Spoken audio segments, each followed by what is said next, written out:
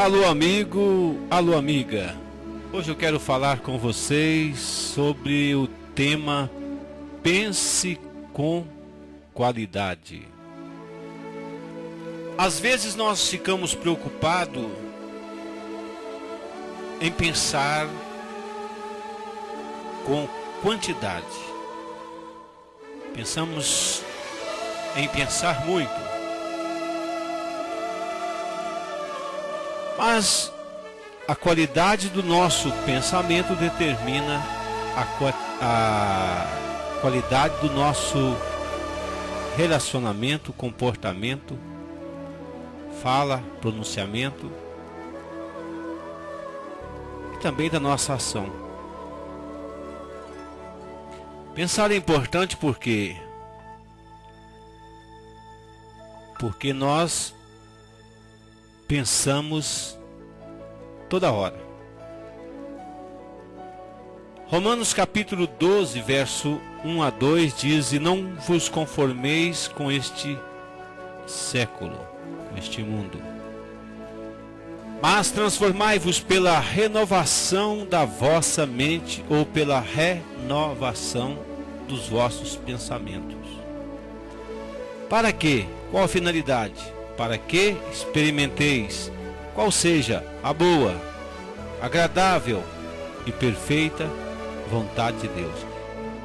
Então a vontade de Deus é boa, agradável e perfeita.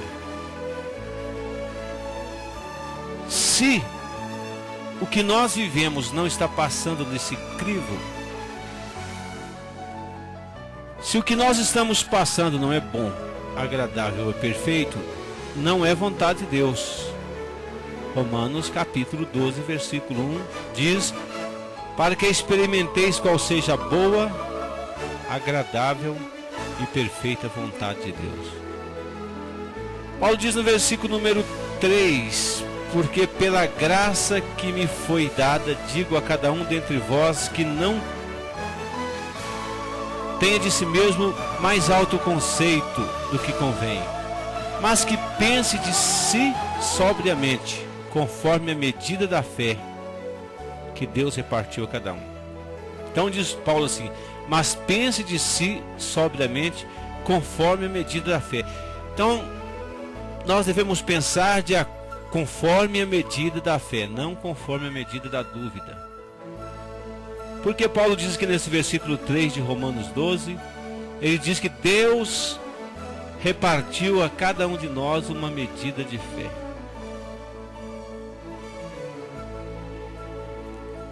Duas coisas que nós fazemos que são de extrema importância, respirar, pensar. Disse o filósofo: penso, logo existo. Eu necessito respirar. Pressupõe, que alguém que está respirando está vivo. E não há como estar vivo ou existindo sem respirar. Eu preciso pensar e eu penso. Por isso eu existo. Agora, será que estamos recebendo ou criando, determinando nossos pensamentos? Você usa o seu cérebro para pensar ou para ter pensamento? A pessoa que usa o seu cérebro para pensar, ele determina o que vai pensar. A pessoa que usa o seu cérebro para ter pensamento é aquela pessoa que a sua mente é igual um barco ao léu, um avião desgovernado. É igual um raio. Ele é poder. Um raio é poderoso. Mas ele não tem, vamos dizer assim, foco. Ele não tem controle. Pelo menos humanamente olhando, no lugar que ele cai, ele faz estrago. Então, será que nós estamos recebendo ou criando nossos pensamentos? Aí você diz assim, mas eu tenho a capacidade de determinar o que eu penso? Tem sim. A Bíblia fala isso em Filipenses 4, 8 e 9. Quanto ao mais, irmãos, tudo que é verdadeiro, tudo que é honesto, tudo que é justo, tudo que é puro, tudo que é amável, tudo que é de boa fama, se há alguma virtude e se algum louvor existe, nisso pensai. Seja isso que ocupe o vosso pensamento.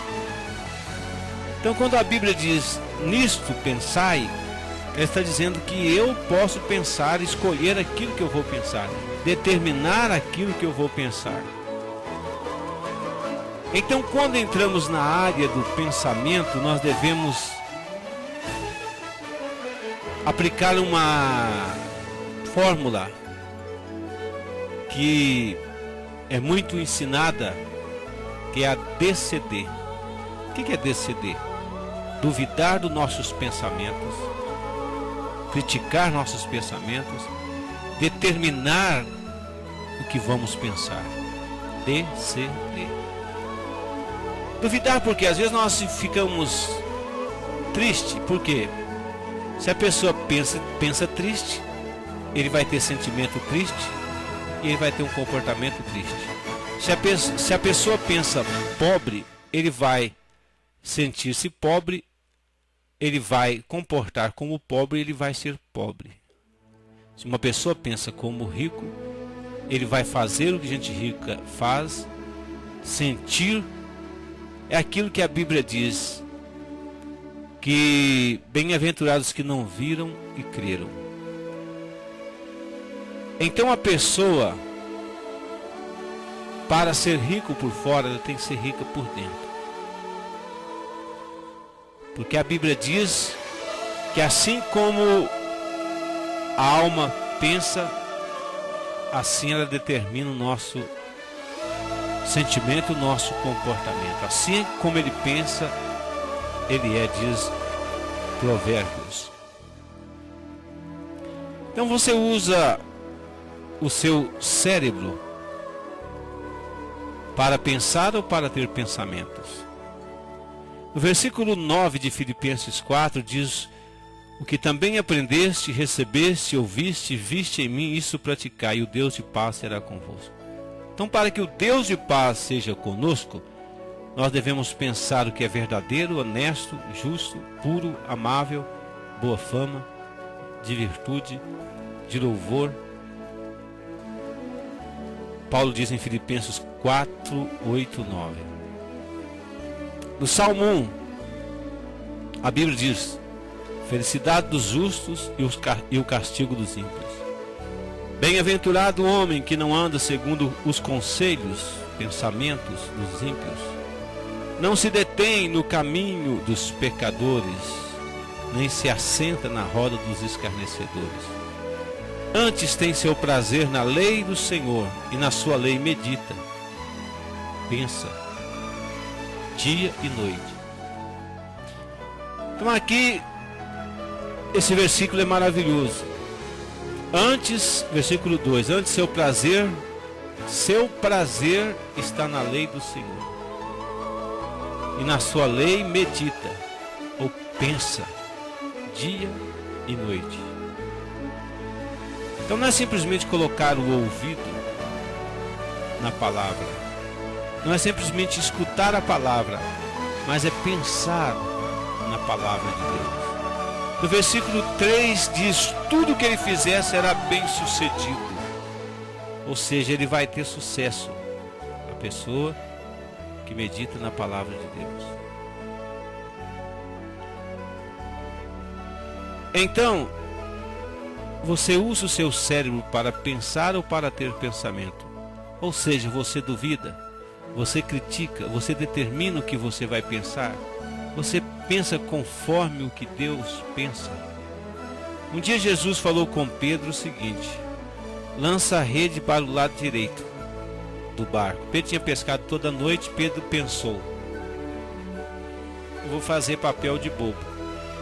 Aí ele disse: Senhor, eu joguei a rede a noite inteira, pesquei toda noite, não apanhei nada, mas sob a tua palavra lançarei a rede. Ele estava dizendo em outras palavras o seguinte: Senhor, pelas minhas ações e pela minha experiência, eu sei que o Senhor está falando, o que o Senhor está falando soa como besteira para mim, soa como anormal para mim. O que o Senhor fala para mim não tem lógica, porque eu pesquei durante a noite, que é o horário melhor para pescar, que se pesca, e eu pesquei a noite toda e não peguei nada. Mas o Senhor está dizendo: eu vou lançar a rede. E a Bíblia diz que ele lançou a rede, e quando ele puxou a rede estava tão cheia que ele teve que chamar os seus amigos para dividir o peixe nos 4 barcos, porque os barcos estavam afundando. Então seu sentimento, seu comportamento, sua ação, sua comunicação são resultado dos seus pensamentos. Aliás, tudo que criou no mundo material foi criado primeiro na mente. Se você olhar ao seu redor, qualquer coisa, um livro, eu estou olhando aqui na minha frente, estou vendo aqui uma pilha de livros. Cada livro desse aqui primeiro foi criado na mente do autor, depois foi materializado o livro. Tudo que existe na face da terra, tudo que existe no universo, primeiro existiu na mente de Deus, depois materializou. Até eu acho interessante, nós somos matéria, estamos no mundo físico. Deus é espiritual. Tem pessoas que às vezes pregam-se contra o dinheiro, contra a prosperidade. Mas é interessante, primeiro no Salmo 1, versículo 3 fala, não é o nosso tema, mas olha como é que o pensamento, o que o pensamento faz. O Salmo 1 diz, no versículo 3, diz que a pessoa vai ser bem sucedida, ou seja, ela vai ser próspera em tudo que ela fizer. Se Deus criou o ouro, a prata e materializou, qual o sentido se não é para nós usarmos? Porque se fosse para Deus usar, Deus não tinha materializado, porque Deus é espiritual, Deus não vive da matéria. Deus é espiritual. Então o que ele estava dizendo ao materializar o ouro, a prata? A Bíblia diz que o amor ao dinheiro é a raiz de toda espécie de mal, mas o amor, uma coisa é ter, uma coisa é você possuir algo, outra coisa é você ser possuído por aquilo, é você amar aquilo. Então, a gente continuando a respeito do nosso pensamento, só fiz esse parêntese, abri esse parêntese para falar sobre isso. E é interessante também, eu quero dizer mais uma coisa. Deus, ao criar o mundo em Gênesis capítulo 1, ele passou 6 dias criando coisas materiais, matéria. Ele usou o seu tempo e sua palavra para criar árvore espiritual, bois, camelos, animais, enfim. Isso aí é espiritual, coisa espiritual. Se ele gastou 6 dias usando sua palavra e seu tempo para criar, será pecado ter essas coisas? O pecado é colocar isso antes do reino de Deus. A Bíblia diz: buscar em primeiro lugar o reino de Deus e a sua justiça, e essas coisas vos serão acrescentadas. Mas o homem, muitas vezes, ele é condicionado nos seus pensamentos pelas suas crenças. Mas vamos ver aqui, Jesus anda por cima do mar. Marcos capítulo 6, versículo 45 a 46. João capítulo 6, versículo 15 a 21 fala dessa passagem. Eu vou ler em Mateus capítulo 14, versículo 22, que diz assim: Logo em seguida, obrigou os seus discípulos a entrar no barco e passar adiante dele para o outro lado, enquanto ele despedia as multidões. Tendo-as despedido, subiu ao monte para orar à parte. Ao anoitecer, estava ali sozinho. Entre mentes, o barco já estava a muitos estádios na terra, açoitado pelas ondas, porque o vento era contrário. A quarta vigília da noite foi ter Jesus com eles, andando sobre o mar. Os discípulos, porém, ao vê-lo andando sobre o mar, assustaram-se e disseram: É um fantasma, e gritaram de medo. Jesus, porém, imediatamente lhes falou, dizendo: Tende bom ânimo, sou eu, não temais. Respondeu-lhe Pedro: Senhor, se és tu, manda-me ir ter contigo sobre as águas. Disse-lhe ele: Vem. Pedro, descendo do barco e andando sobre as águas, foi ao encontro de Jesus. Mas sentindo o vento, teve medo, e começando a submergir, clamou: Senhor, salva-me. Então note, Pedro, descendo do barco, começou a andar sobre as águas e foi ao encontro de Jesus. Mas sentindo o vento forte, teve medo. Medo, coragem, está na área do pensamento. E eu disse, eu não vou falar porque não tenho tempo, mas as nossas crenças, elas produzem os nossos sentimentos. Lá dentro de nós tem uma vozinha, uma voz que fala. Principalmente quando a gente está passando por problema, por dificuldade, tome cuidado com isso. Sempre tem uma vozinha falando na sua mente: a vida vai mal, está ruim, vai piorar. Se você permitir que essa mente, que essa vozinha, ou que esses pensamentos achem morada no seu coração, quando você for tentar agir, ou quando você for agir, essa vozinha vai voltar a falar com você, o mesmo que falou no momento da tristeza. Então, no momento da tristeza, é muito importante a gente não deixar que essa vozinha fale no nosso pensamento. Mas a Bíblia diz que, no versículo 30, mas sentindo o vento, teve medo. Em outra versão diz: mas reparando ele o vento, teve medo. Então, quer dizer, o olhar dele o traiu. Quando ele olhou para o vendaval, quando ele olhou para a tempestade, ele diz: o que eu estou fazendo? Homens andam no chão, não em cima de água. Quem anda na água é peixe. Aí ele sentiu que não podia. Jesus estava ali, ele era o mesmo discípulo de Jesus, mas ele começou a afundar. E ele clamou: Senhor, salva-me.